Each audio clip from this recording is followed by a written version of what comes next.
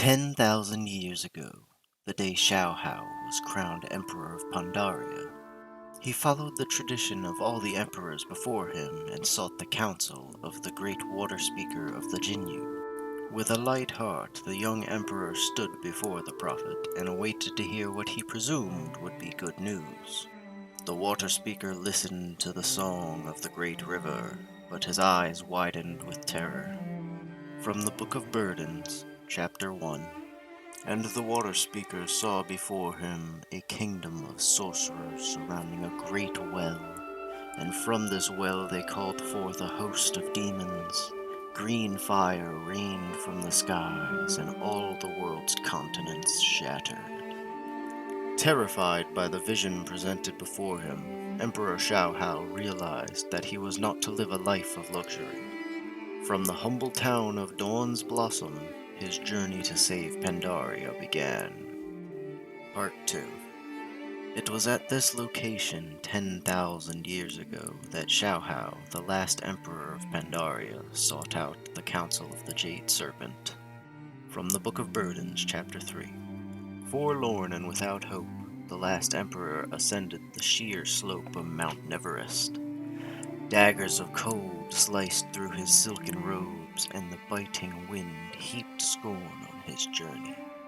Only at the very peak of the mountain did the emperor find quiet and solace, and here he spoke with the Jade Serpent, the spirit of wisdom. The Jade Serpent urged Xiao Hao to divest himself of his burdens, to purify his spirit, and to become one with the land. The emperor was perplexed by the Jade Serpent's counsel, but no further answers were to be found atop the frigid peak. Dejected, Emperor Xiao Hao trudged back down the mountain to consult his companion, the Monkey King, and determine his next move. Part 3.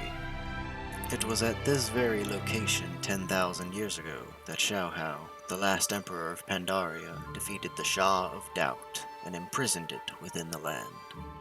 From the Book of Burdens, Chapter 5. Xiao Hao meditated for 3 days and 3 nights, for the counsel of the Jade Serpent was unclear. How could one purge oneself of all doubt? Weary of waiting, Xiao Hao's traveling companion, the Monkey King, whittled a strange grimacing visage out of bamboo. He urged the Emperor to place the mask of doubt on his face. While mischief was the Monkey King's motivation, the mask worked. As Xiao Hao pulled the mask away, his doubts took on a physical form. For 7 hours they fought, until the Shah of Doubt was buried. From that day onward, the last emperor had no doubt that he would save Pandaria from the sundering. He became a creature of faith. Part 4. It was at this very location 10,000 years ago that Xiao Hao, the last emperor of Pandaria, defeated the Shah of Despair and imprisoned it within the land. From the Book of Burdens, Chapter 9.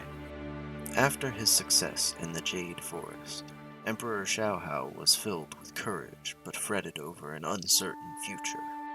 He sought the counsel of the Red Crane, the spirit of hope, deep within the Krasarang wilds. The Red Crane told the Emperor that hope was within all of us, if we looked deep enough. With that, the Monkey King presented Emperor Xiao Hao with a mask of despair, a forlorn visage of terrible sadness. The Emperor donned the mask and drew out his own hopelessness. The battle against the Shah of Despair lasted 4 days and 5 nights in a pouring rain. But with the help of the Red Crane and the Monkey King, all of Xiao Hao's despair was extinguished. From that day forth, the Emperor knew the future was bright. He became a creature of hope. Part 5. It was at this very location 10,000 years ago that Xiao Hao, the last emperor of Pandaria, defeated the Shah of Fear and imprisoned it within the land. From the Book of Burdens, Chapter 14.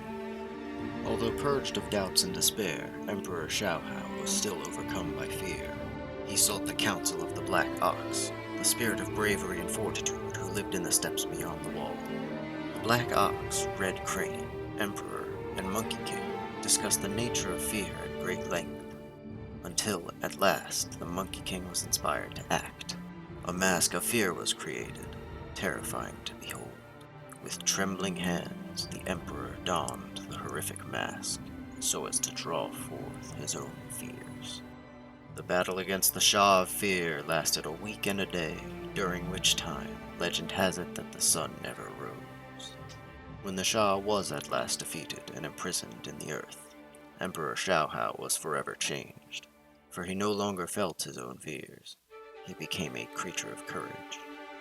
Part 6. It was at this very location 10,000 years ago that Xiaohao, the last emperor of Pandaria, defeated the Shah of Anger, the Shah of Hatred, and the Shah of Violence. From the Book of Burdens, Chapter 19. Confident and fearless, Emperor Xiaohao thought nothing could stop him. But at the urging of the Red Crane, he sought the counsel of the White Tiger, the spirit of strength. The White Tiger saw in Xiaohao a dangerous recklessness that often accompanies those with no fear. He gathered together the greatest warriors of Pandaria to test the Emperor. Emperor Xiaohao was given a 10-foot pole and was challenged to strike one of the warriors. For hours they fought, but the warriors were too quick and too nimble for the untrained Emperor. He grew angry, he cursed, and finally he broke the staff over his knee. Humbled, the Emperor asked the White Tiger what was wrong, and learned that his own passions made him weak. To save Pandaria, Xiaohao would have to combat his own anger, hatred, and violence. The Monkey King sprang into action and carved 3 masks. The Emperor wore each mask in turn, and with the help of his friends, as well as all the greatest warriors of Pandaria, the Shah of Anger, the Shah of Hatred, and the Shah of Violence were defeated and imprisoned beneath the ground. The Emperor was forever changed, and as he set forth in the final leg of his adventure, he was a creature of patience, love, and peace. Part 7. The Shadowpan Order was founded 10,000 years ago under a charter from Xiaohao, the last emperor of Pandaria.